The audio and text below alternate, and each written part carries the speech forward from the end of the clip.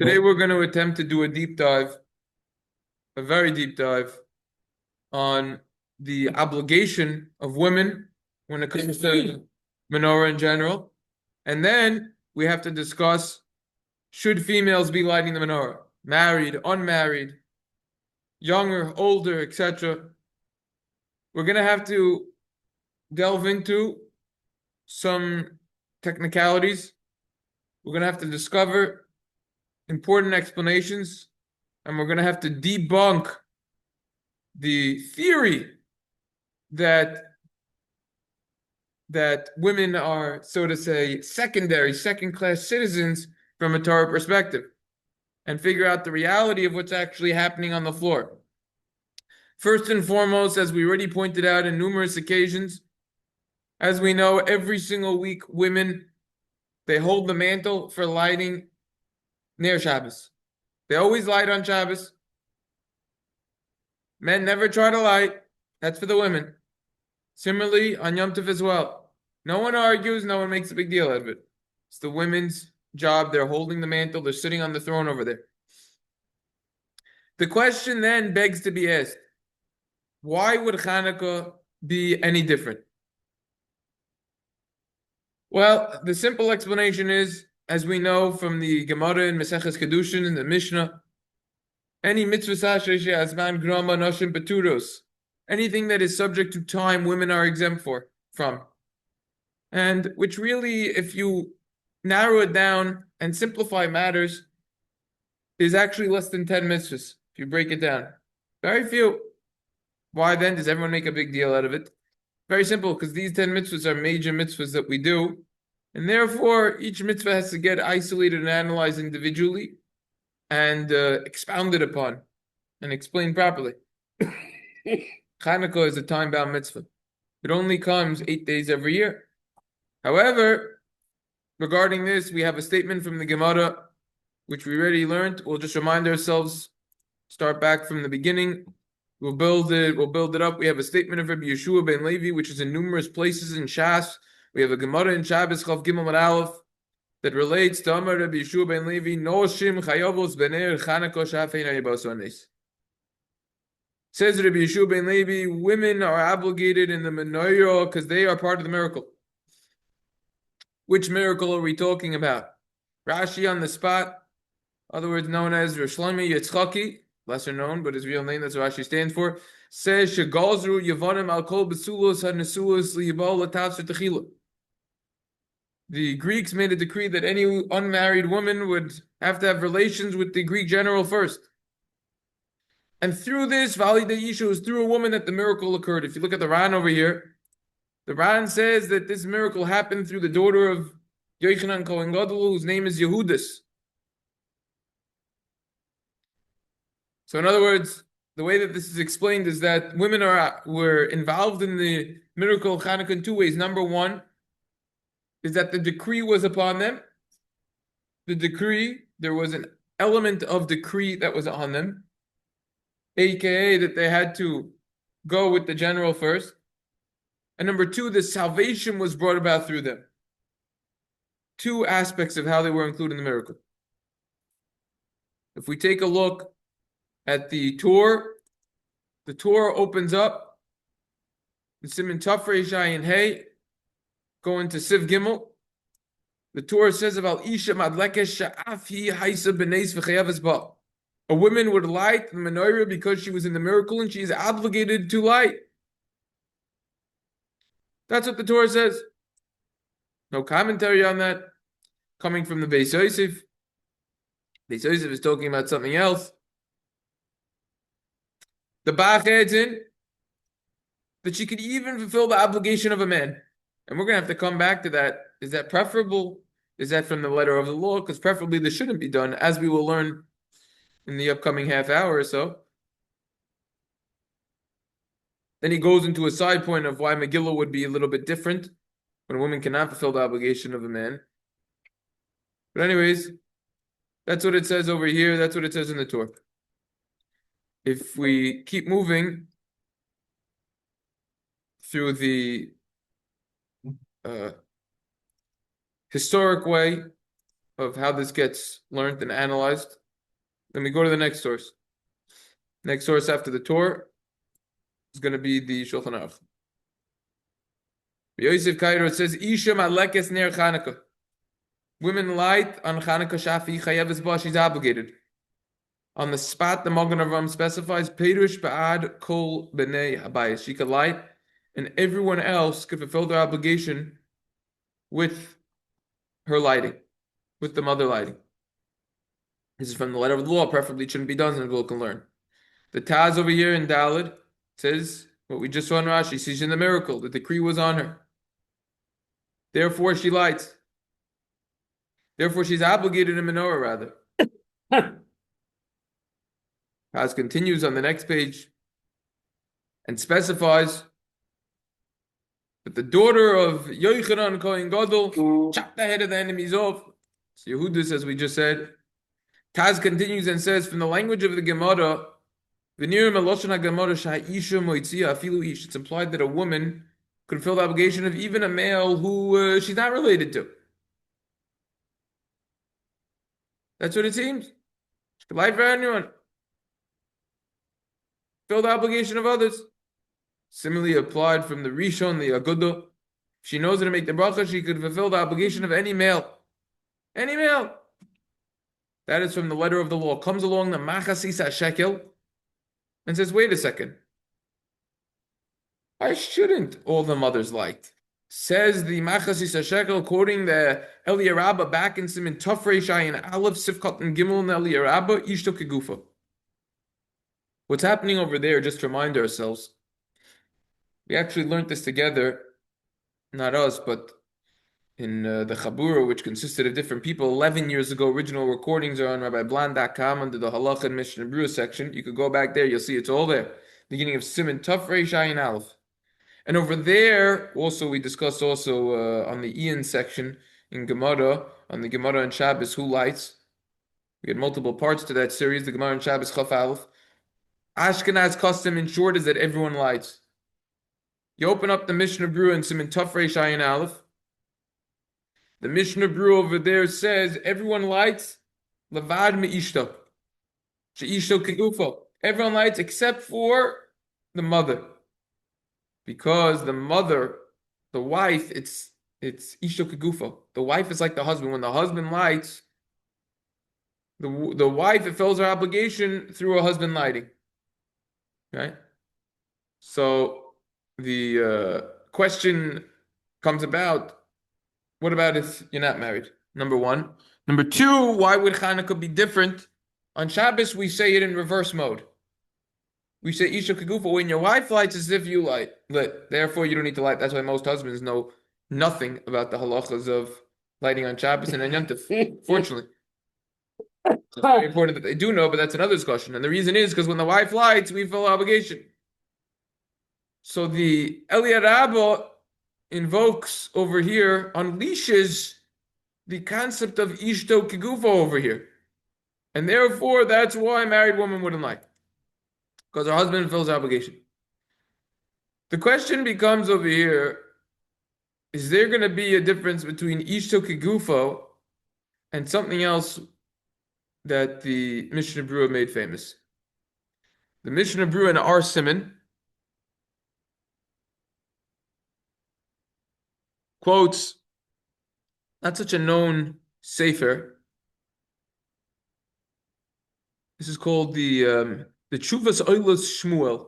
Mishna Berura over here in Siman Tafresh Ayin Hey. The Mishna Berura down here in Yud, first of all, Mishna Berura in Yud says the miracle, the decree was on them. The gam Teshuva nasal yadayisha. The salvation also occurred through a woman. Just pointing that out. But the Mishna Berura over here in Sifkat and Tes, Mishna Berura says everything we already saw, pretty much over here. That's what we need to know. I'm b'tshuvas Olas Shmuel. Tshuvas Olas Shmuel and Siman Kofei. It's interesting that the Mishna Berura felt it was so important to even put the location of the Siman, if you want to look up the Sefer, in the Mishna Berura itself and not source it down below in the Sha'ar Tzion. Felt that this is a very important tshuva.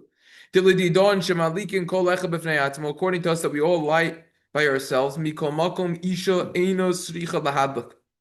A woman does not need to light. Because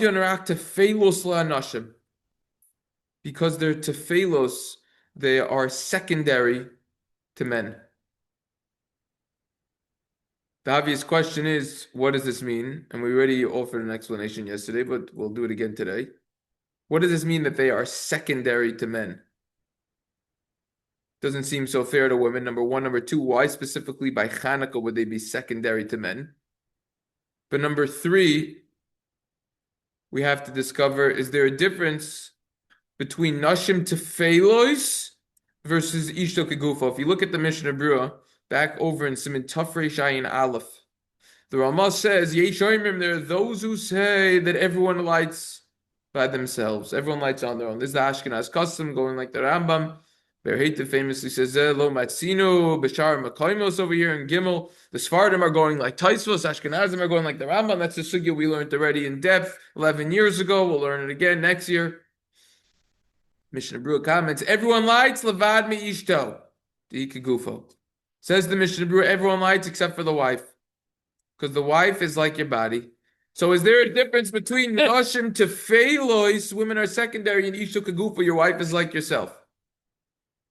Hold that question.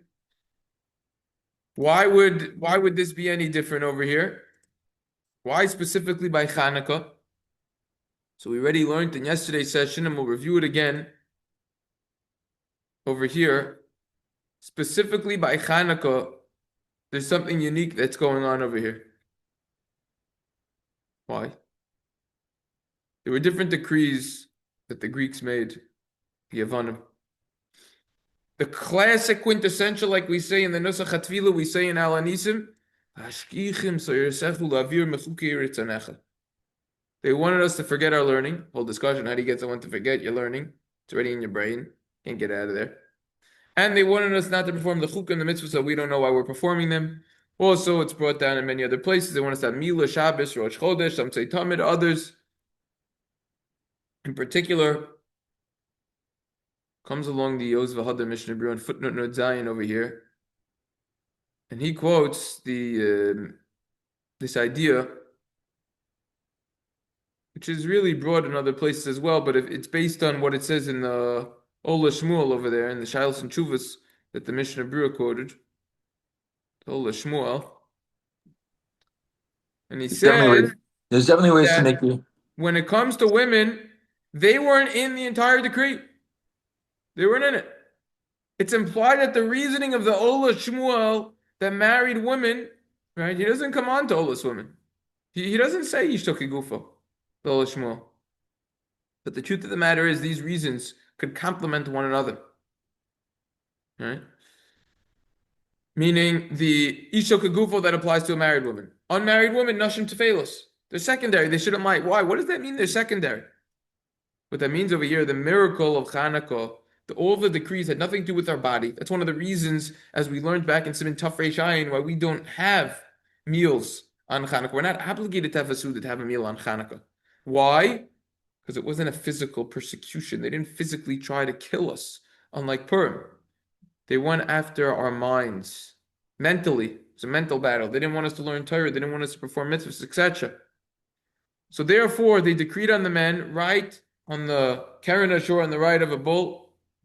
Stake over here, it says Tzvi, that you don't have a portion among the God of the Jews. However, the women, it was said, no, you have relations first with the general. So now, if that would be the decree on the men to have the illicit relations, they would be obligated to give up their life rather than transgress because it's one of the Gimel Chamuros. However, women, they didn't need to give up their life. Why? Because we know we have a Sugya and Ksubus on Gimel and base, Taisvus over there, Karka Olam. It's more passive when it comes to women, and therefore they wouldn't be obligated to give up their lives. It wouldn't be considered Gila Arayos Esther. Whole discussion over there. And therefore on Pesach and on Purim, the decrees were equivalent.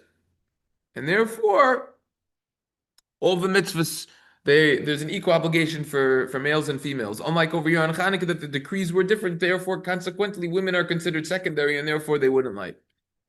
That's his insight that he has. Tremendous insight. Tremendous insight over here. But even though they're karka olam, it still was a xer on their guf. Doesn't matter.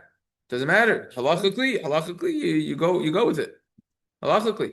And therefore, it was Nashim Tfeilos. Comes along the Mishna Berura in the continuation over here, quoting the Teshuva Olas Shmuel.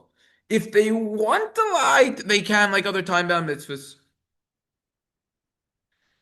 So why would you think that they can't? It's very similar. You would think it's like b'dikas chametz. You only say one bracha on one house. You don't say two brachas. Similar, when it comes to eruv tafshilin, you only say one bracha, not two. We would think that you're not allowed to say two. It would be considered a bracha sheina sricha. Comes along Rav Shelomo Zalman Auerbach chidush, and the Shabbos was mincha shlomo chelik beis minun ches hava amina yisho kegufo would be aser, and it would be considered now a bracha sheina sricha, an unnecessary bracha kamashma, and that's why you need to say that she is in fact able to say the bracha if she wants to. Now, just because you can do something, it doesn't mean that you should. And that's what we're going to have to delve into right now. This is everything, this review. We really did this all yesterday. This whole review, or the last week or so. We've touched upon it. Now it's just all grouping everything together to get a beautiful flow over here. Mishna Berura, by the way, then says over here, in the continuation, quoting this beautiful tshuva of the Olas Shmuel, Mishna Berura says, when the husband isn't home, he's on a business trip, then certainly the mother's going to light and a minor won't light. But it's implied if there's a male over the age of bar mitzvah, he would in fact light. So we see that we're really contending with two ideas. Number one, nashim tfeilos, la nashim, when it comes to the halachas of Ner Chanukah. And number two, this idea with this Mishna Berura over in Siman Tafresh Ayin Aleph Suka and Tes, Ishto Kegufo, which is coming from an Eliya Raba. Those are the two ideas that we're contending with. I wrote a kuntras. I used to do a lot of handwriting. Now I do only typing. I don't write anymore. This is my handwriting. This is what I wrote back 11 Chanukahs ago in 2014. Almost to the day. Yep. It happens to be the exact same day. Is that a shkacha that we're doing on the exact same day? 12/16. 11 years ago, this is when we learned the topic in the Chabura. 11 years ago, but we learned it from Siman Tafresh Ayin Aleph. From that Mishna Berura, and we tangent from that. Got to delve into it. They quote the Chasam Sofer. Everyone quotes this, including if we just pull it up right over here on the screen, including the Oz V'Hadar Mishna Berura back over here in Siman Tafresh Ayin Hey Sefkat Nun Vav. Everyone quotes this insight of the Chasam Sofer. Indeed, to call it an insight, a surprising insight indeed. The Chasam Sofer himself, the well-known Chasam Sofer, on his commentary to the Gemara in Shabbos Chaf Aleph in Dibur Maskel vehamehadrin, says originally it was enacted, you light outside. And everyone went outside to light. That's the way of publicizing the miracle. Persume niso. Consequently, people would go outside. And they would light outside. The women, they didn't go outside though, because they knew ein kvoida latzeis bachos l'reshus harabim. Kol kvoida bas melech pnima. They know it wasn't honorable for them to go outside at nighttime to light among men. At night, there could be frivolous activities going on. Says the Chasam Sofer, granted, I agree. Nehi im ein ha'ish bebeisoi va'aleha mutal mitzvos habako al korcha teitze lachotz lahadlik. Yes, says the Chasam Sofer, I agree. If the husband was away, he was on a business trip, she would certainly go outside and light. Nevertheless, when her husband was home, kol makom im yesh kan zachar hamadlik ein min achas. If the husband was home, it wasn't considered a pious act that she should be, so to say, stringent on herself and bring herself to suspicion and go outside at night among men. Just staying by her door. She would go outside in courtyard in the front. But you'll say, wait a second, we all light inside nowadays, so who cares? The first custom didn't depart from its place. Since the women didn't go out, therefore we keep it that way. Women don't light. We're going to see This is a tremendous chiddush over here. Tremendous insight. The Sefer Minhag Yisroel Torah by Yosef Louis defends the customs of Jews, of Klal Yisrael. He relates in Siman Tov Reish Ayin Aleph Os Aleph. What about married women? They should light. Another reason why they shouldn't comes the Mishmeres Shalom and says, if their mother isn't lighting, then it's not fitting that they should light. You're coming along saying, look, Mom, I'm better than you. Look, Mommy, I'm better than you. Comes out that according to this reason, if there's no father around, all of the females should light in the house. Comes along the Chasam Sofer. Comes out that there would be a big difference. According to the Chasam Sofer, no one lights. No one lights. Finished. Yeah, just the husband. No one lights no matter what. If the husband's not there, just the wife lights. According to the Mishmeres Shalom, if the husband isn't there, everyone lights. All the women. All the females. Now, when the husband's there, the sons do light also. Yeah, for sure, sons light. Sure, sons light. Even if you're a katan, you light. Chinuch. Which brings us now to another reason. I think we're at reason number 5 already. Comes along Rav Shelomo Zalman Auerbach, one of my favorites in general. Huge Rav Shelomo Zalman Auerbach fan. In Halichos Chanukah, in Perik Tezayin, in the Beer Halacha Ois Daled, every single female eventually, and hopefully, is going to get married. The kol besuloi medisli hinose ve'ena asida linhoig behidr zeh kol yameha. What's the whole point of chinuch? You're practicing something so that when you get to the proper age, you're going to do it. Why are you learning how to drive? Because eventually you're going to drive a vehicle. But if you're never going to have a drive a vehicle, because either you live in the city, you're going to have a driver to drive you around, you don't need to go anywhere, there's already self-driving cars, so you don't need a license anymore, whatever reason it is. So what's the point of you learning how to drive? Says Rav Shelomo Zalman Auerbach, what's the point of females learning how to light and practicing lighting chinuch, so to say, in quotes, if you're never going to light as a mother? Zoom out for a minute. Most of a person's life, they're married. 80% of a 80%, I don't know, 80, 60, 70% of a person's life, they're married. So what's the point of you doing something now if most of your life you're not going to do it? Says Rav Shelomo Zalman Auerbach beautifully. That's why there's no point of the women lighting. Even if you're not married, unmarried. Then he speaks out this idea which we already saw of the Olas Shmuel with the decree, not the equal decrees and everything. Lastly on this topic, first of all, you have the Mikra Kodesh, recite Pesach Frank, and Chanukah Siman Yud Daled, Taf Chav Tes. They also go into it. Afein Oyibaso, a nice idea. How it's not equal, goes into it a little bit more. Over here, another source to look at. Lastly, you have the Shilos Veteshuvos Vehanhagos from Moshe Sternbach, Telik Beis, Siman Shinmin Beis, O Zion. Make sure to go to O Zion.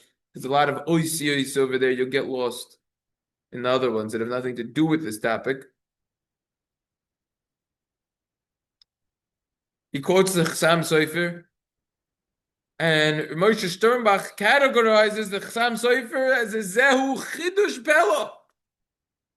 This is an insight which is a tremendous wonder. Chasam Sofer, the women, they didn't go outside. Nowadays, even though we're inside, the women don't light. So he basically comes up with a whole new reason. It's hard to completely understand what he's saying, at least for me. But he says, when it comes to menorah, there's 2 elements to it. Number 1, we're commemorating the Nitzchain Milchama, the war victory.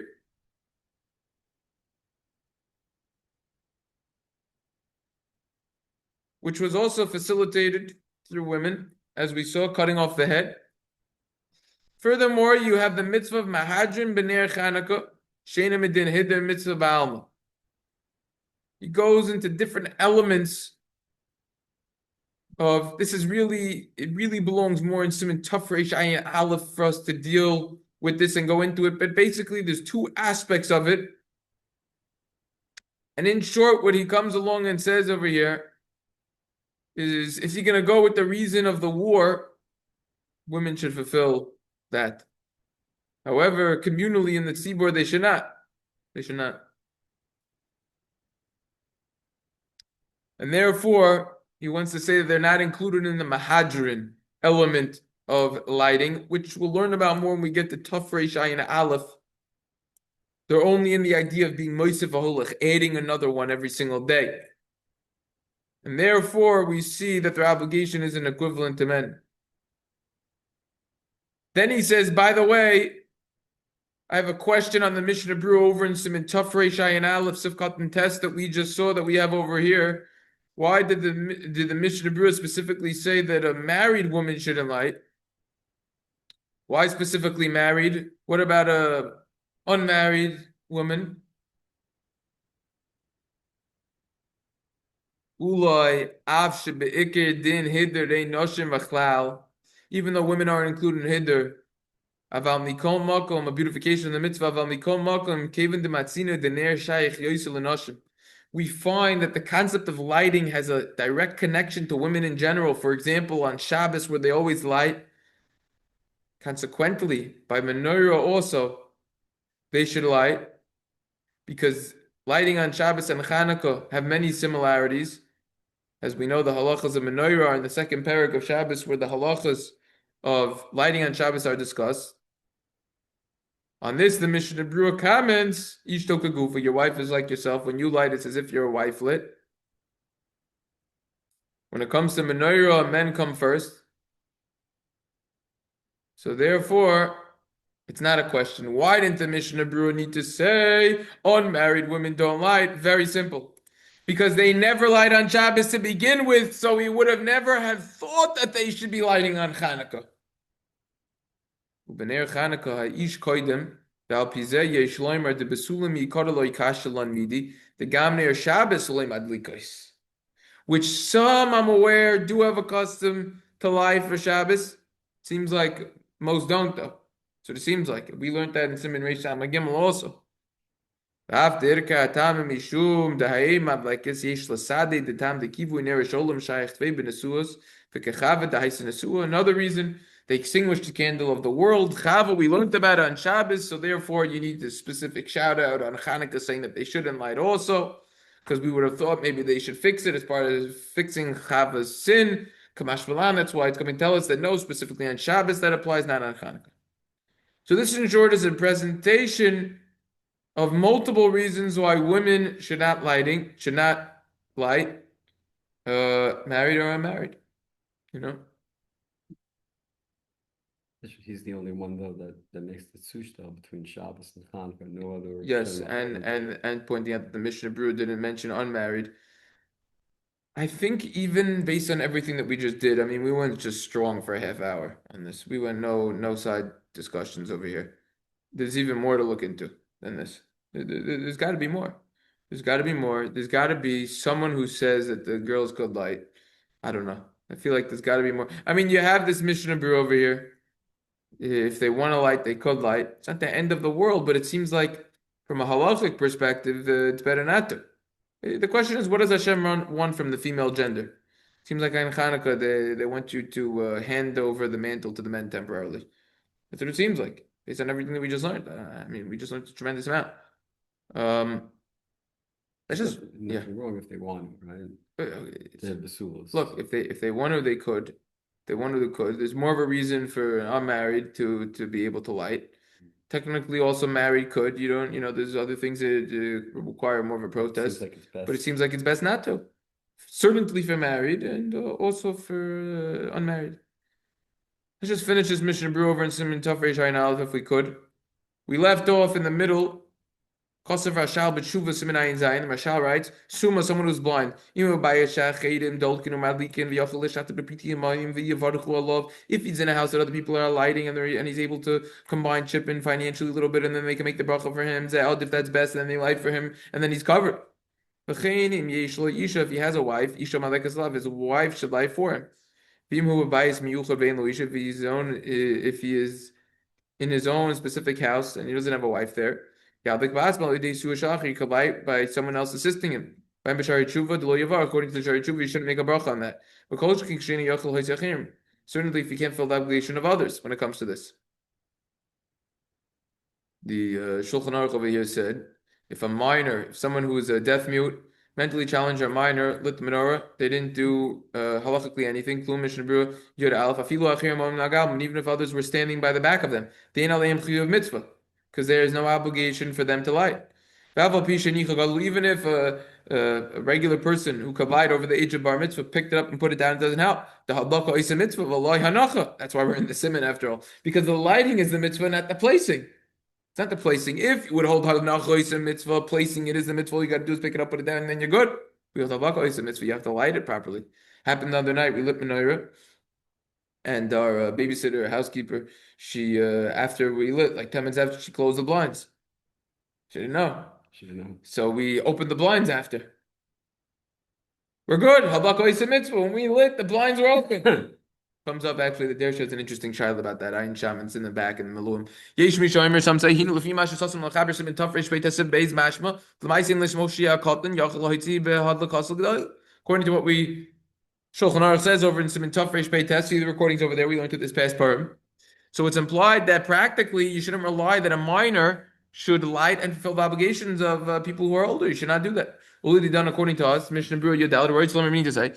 Even if we're going to say not like the opinion of those who say above, cannot fulfill the obligation of others. Nevertheless, even since he reached the age of education, he needs to light. You don't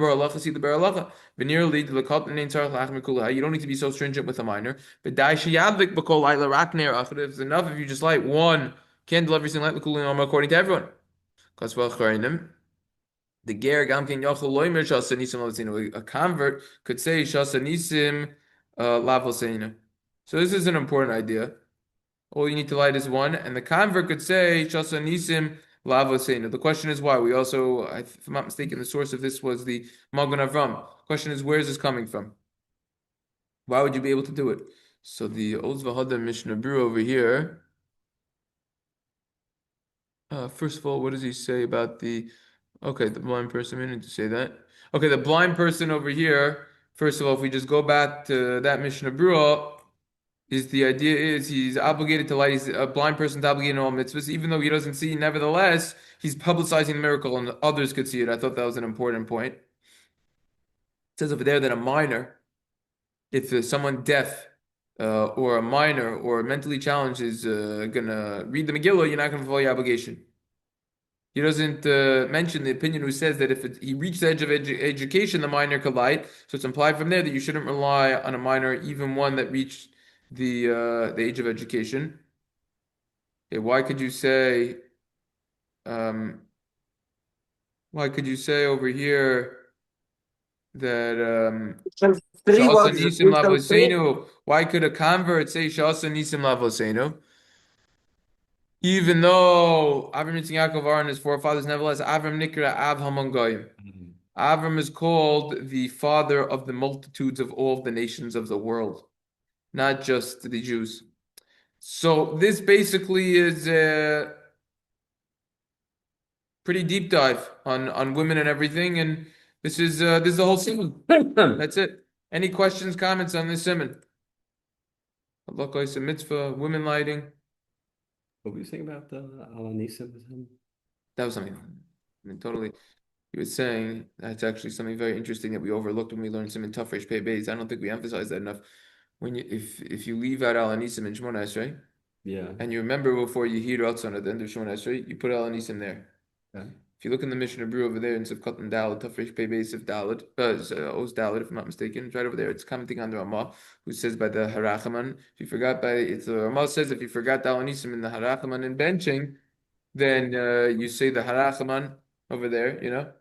So it seems like the Mishna Berura is going on this, saying that if you forgot al nisim in Shemona Esrei, you don't just say the al nisim, you also say the harachaman as well before. Yeah, it seems like I could pull it up.